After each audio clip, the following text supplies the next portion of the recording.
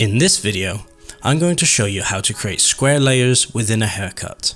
Layering is the internal distribution or removal of weight and length. Layering is a great way to reveal the hair's natural texture, as you can see from the haircut on the right compared to the haircut on the left. I'm going to start by spraying down the hair until it's consistently damp. Alternatively, this can be done at the basin with shampoo and conditioner.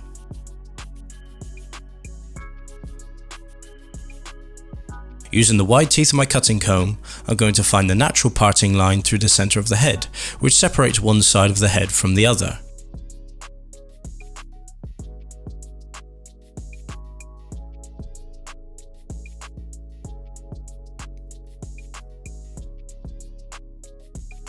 To find the highest point of the head, lay your comb on the head, and wherever the balance point is, that's the highest point of the head.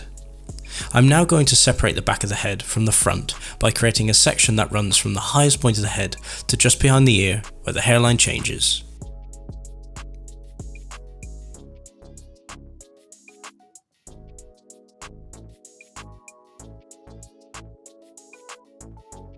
Secure with a clip.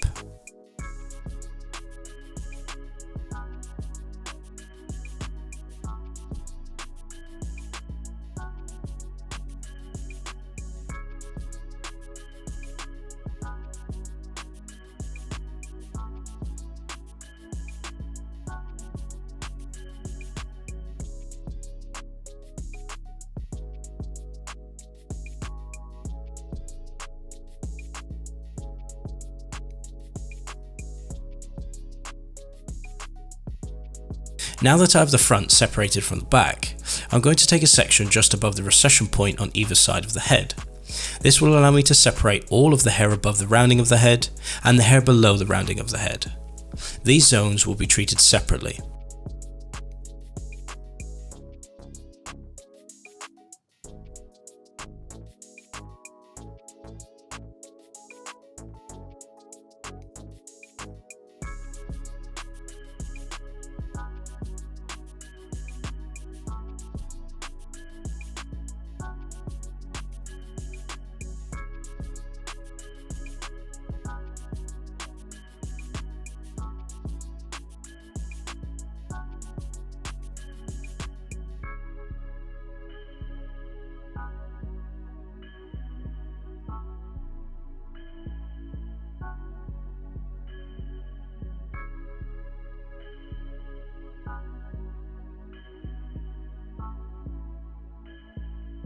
I'm twisting the top panel here and twisting up and away on top of the head for cleanliness and securing with a clip.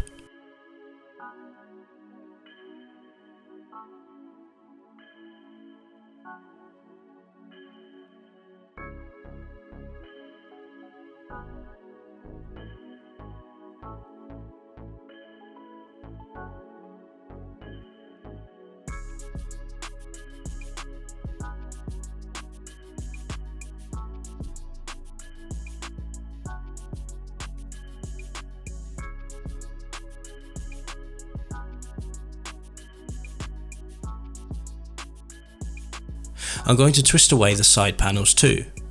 Twisting the hair like this retains moisture in the hair and ensures neatness and organisation throughout the haircut.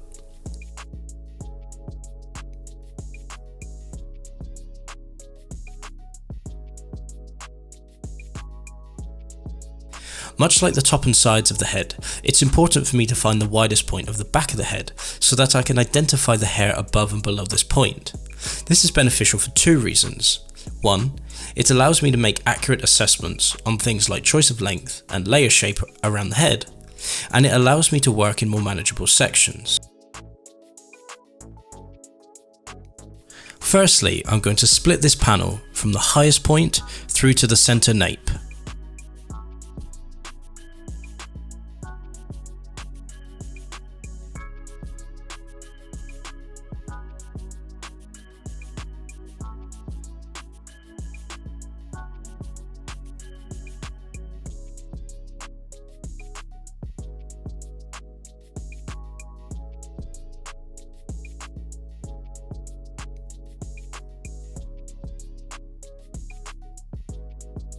As you can see here, I'm separating the hair above the occipital bone using a square line parallel to the floor. Using a square line makes sense when creating square layers on a vertical and horizontal axis because it reminds me of what cutting line I'm using and what shape I'm creating.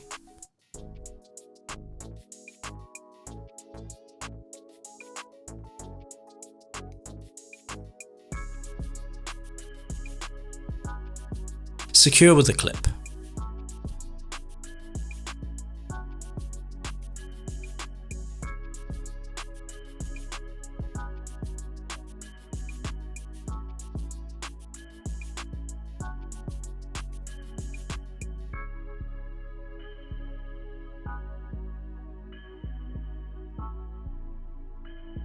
I'm twisting the top panel here and twisting up and away on top of the head for cleanliness and securing with a clip.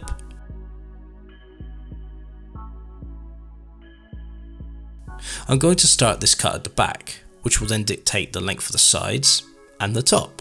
I chose to work this way as it's the most organised and methodical for the results I want to achieve. I'm going to create my initial guideline here using a section no wider than the width of my comb. Using sections this size allows for maximum accuracy and visibility of my guideline at all times.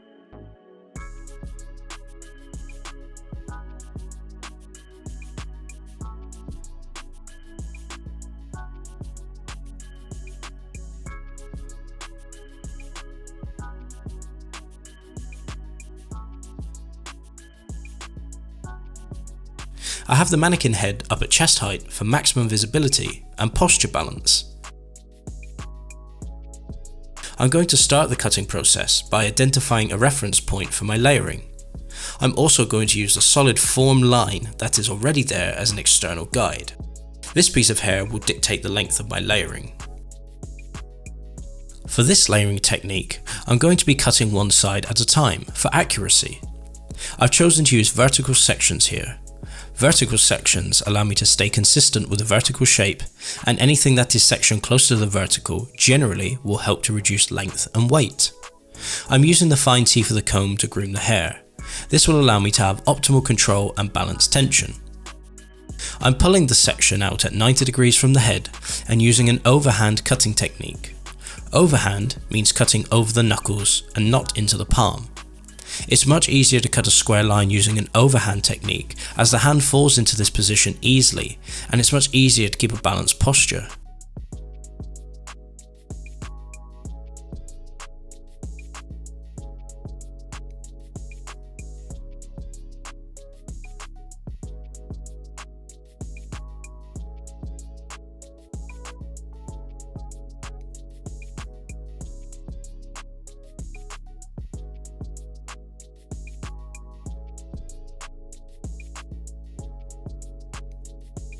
Moving on to my next section now, I'm going to split my original section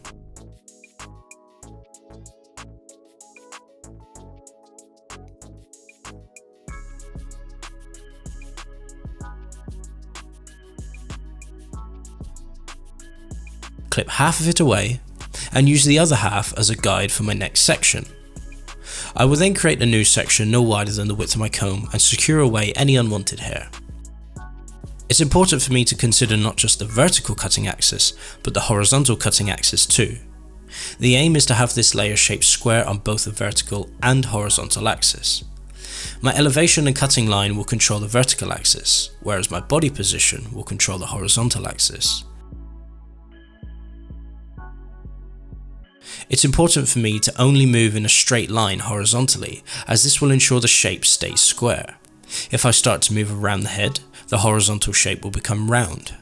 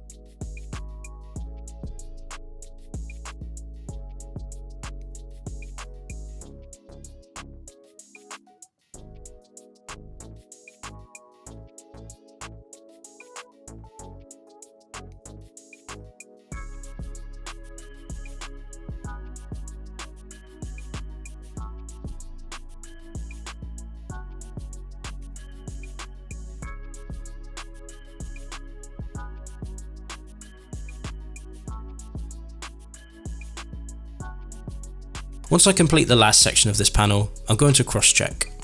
Always cross-check in the opposite direction that the sections were cut. When cross-checking, I'm looking for a nice balanced square line.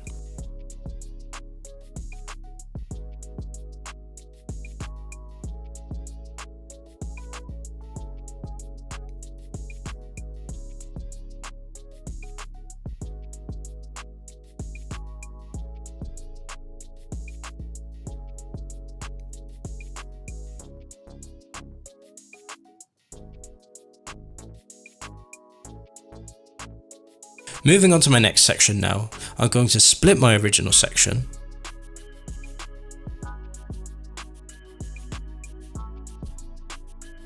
clip half of it away, and use the other half as a guide for my next section. I will then create a new section no wider than the width of my comb and secure away any unwanted hair.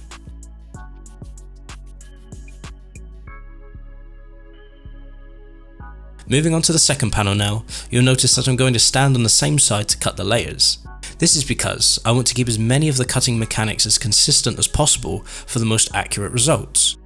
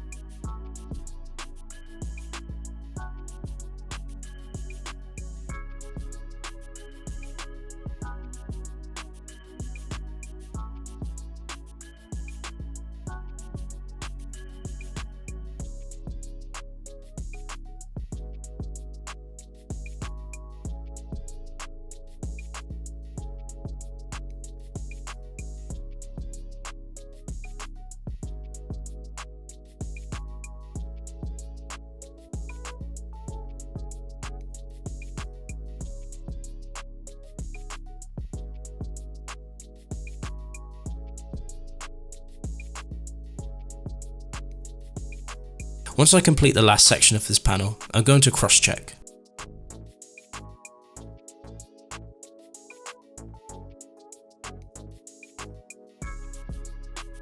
Now that's everything below the widest point of the head layered, you can see the progression of lengths throughout this panel.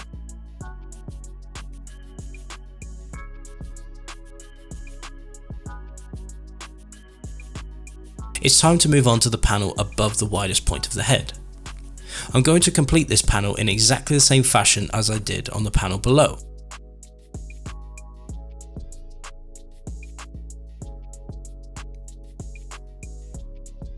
I'm going to use the hair from below as a guide and complete on one side at a time, being mindful of my elevation and body position.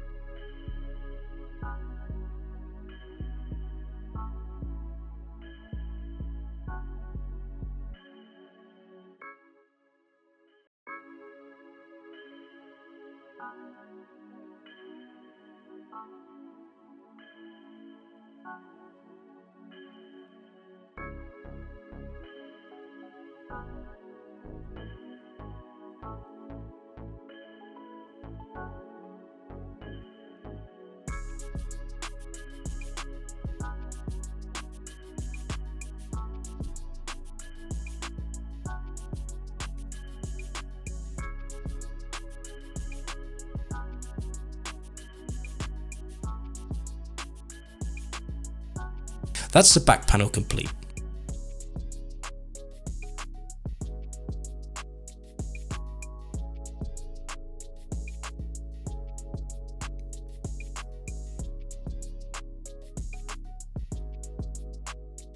Moving on to the sides now, I'm going to use a piece of hair from the back panel as a guide and create my first section vertically.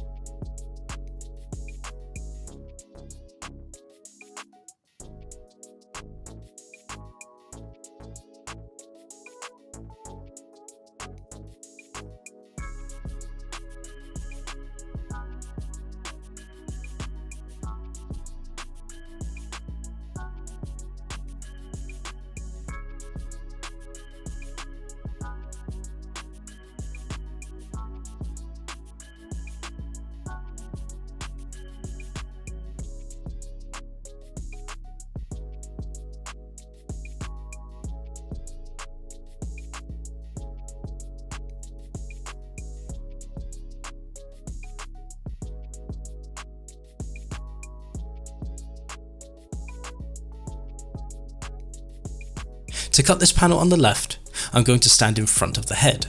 This is to make sure I keep my cutting mechanics consistent throughout the whole cut. The cutting mechanics are elevation, cutting line, and body position.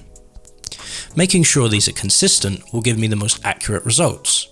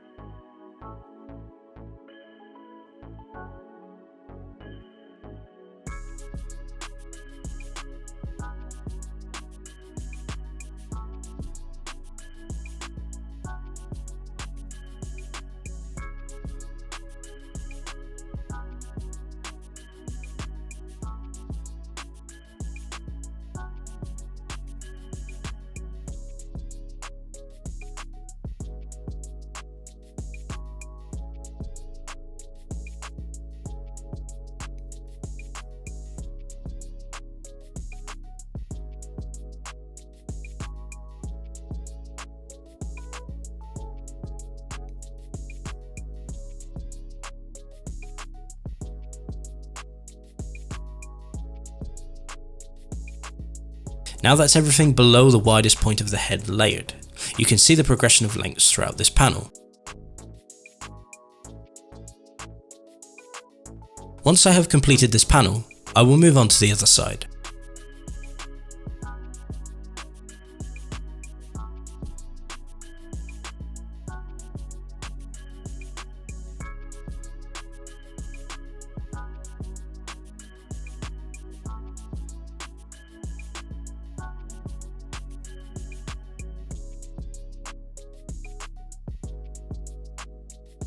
One key difference on this side is that I'm standing towards the back of the head. Again, this is to make sure my cutting mechanics are the same on each panel and ensure balanced posture.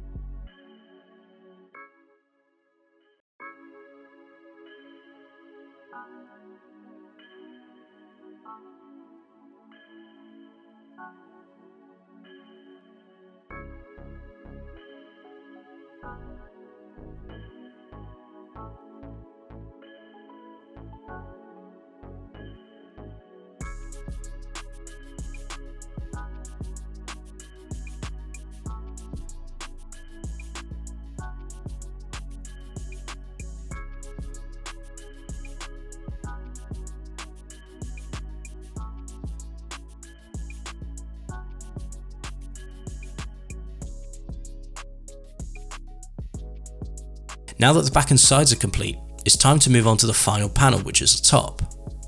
This panel sits above the rounding of the head, so it's important for me to visualize where this layer is going to fall.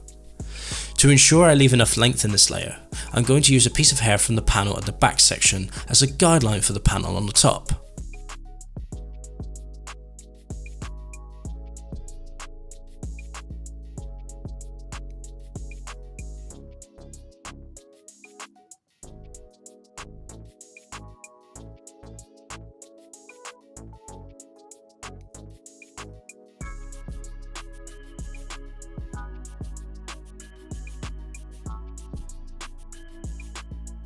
To start this panel, I'm going to establish my initial guideline that will dictate the length throughout the top.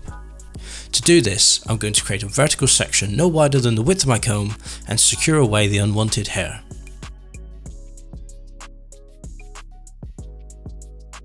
Much like the panels on the back and sides, I want this panel to be square along the vertical and horizontal axis. When it comes to cutting mechanics, it's important that I make effective decisions when deciding on body position. For me personally, it's easier to control this shape when cutting along the vertical axis rather than the horizontal axis.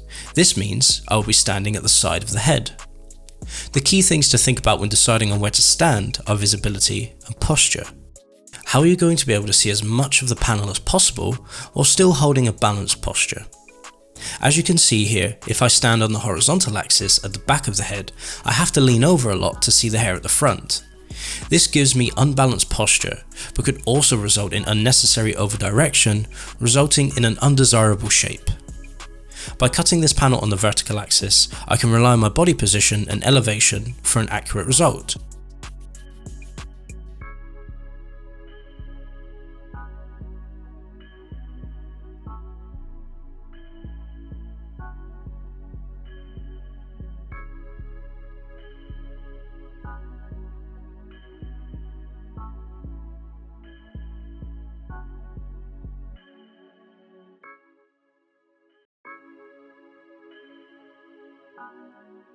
You'll notice that I'm moving from the back of the head to the front of the head. This is because my guideline is at the back. If I started at the front, I would have to guess what length I'm cutting to.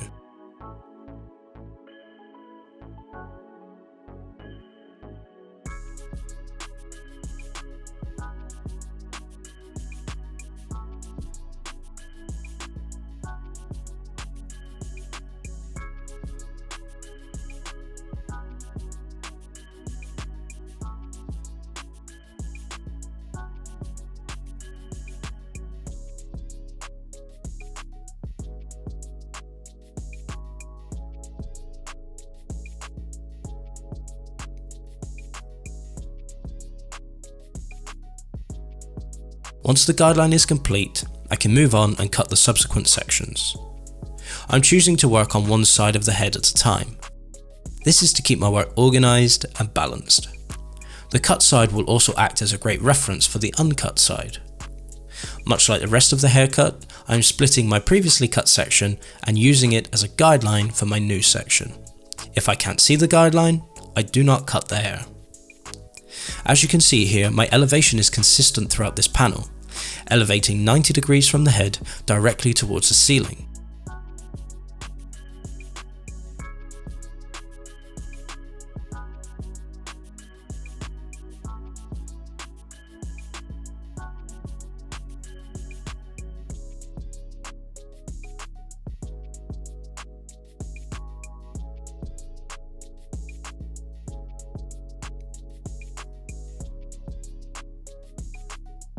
I also use my comb as a guide for my square line.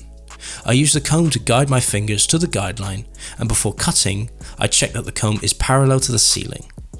When working in a salon, I will also use the mirror to check my elevation, ensuring there is no over-direction from side to side.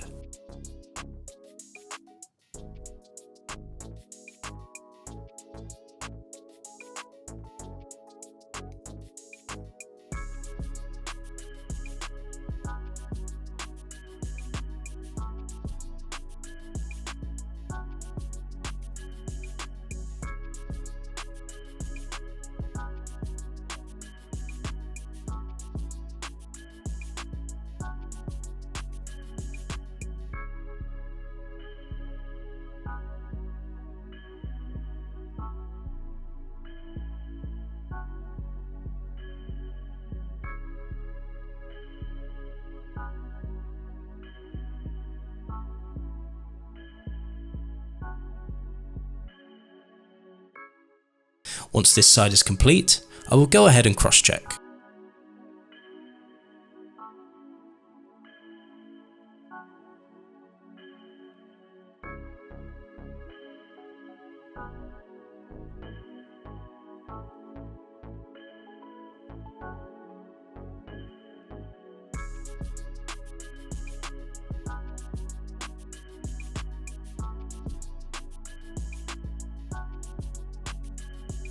Once again, I'm looking for a balanced square line here.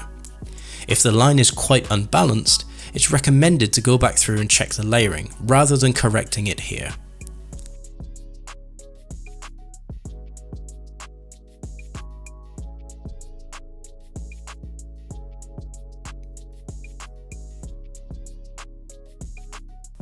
It's time to move on to the opposite panel now. For this panel, I'm going to be standing on the same side as before. This is to ensure I maintain consistent cutting mechanics for optimal balance. Much like before, I'm relying on my body position and elevation for accuracy. One thing that's compromised when cutting from this side is my visibility to the opposite side.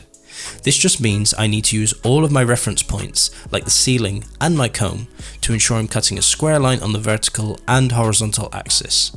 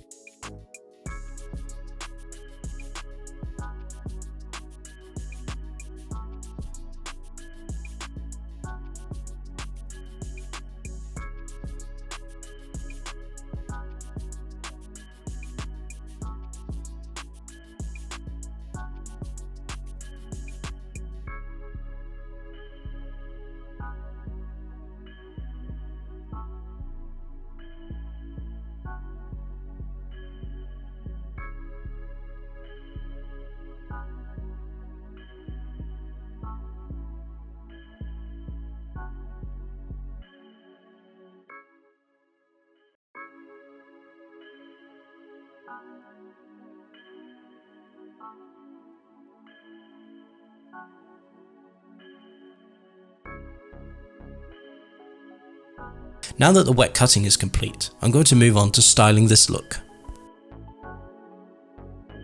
One of the great things about layering hair is that it reveals a natural texture. This knowledge will influence the way that I style this look. I'm going to start by combing back through the hair with a wide tooth comb to make sure I'm encouraging the cuticle layer to lay smoothly from roots to tips. This will help to give the hair a professional finish. Once again, I'm going to find the natural parting and groom the hair accordingly.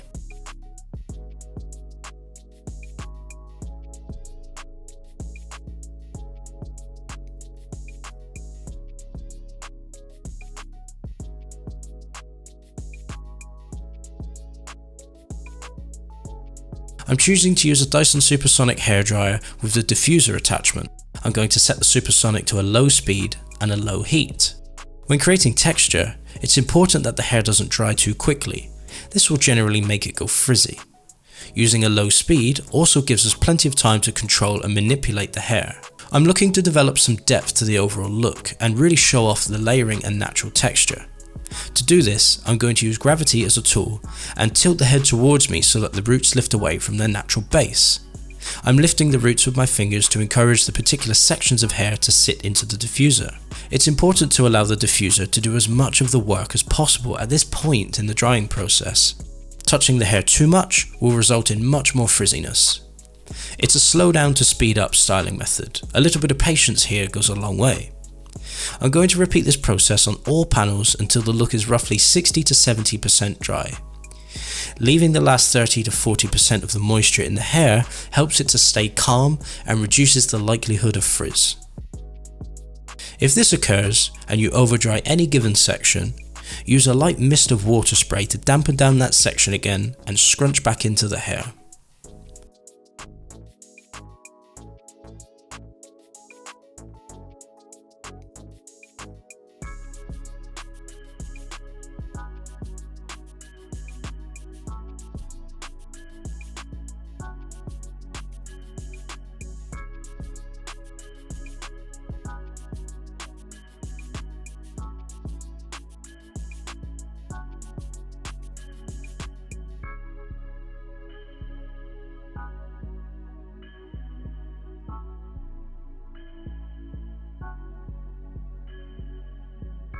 And there we have it, a haircut that contains square layers across the vertical and horizontal axis on all panels of the head.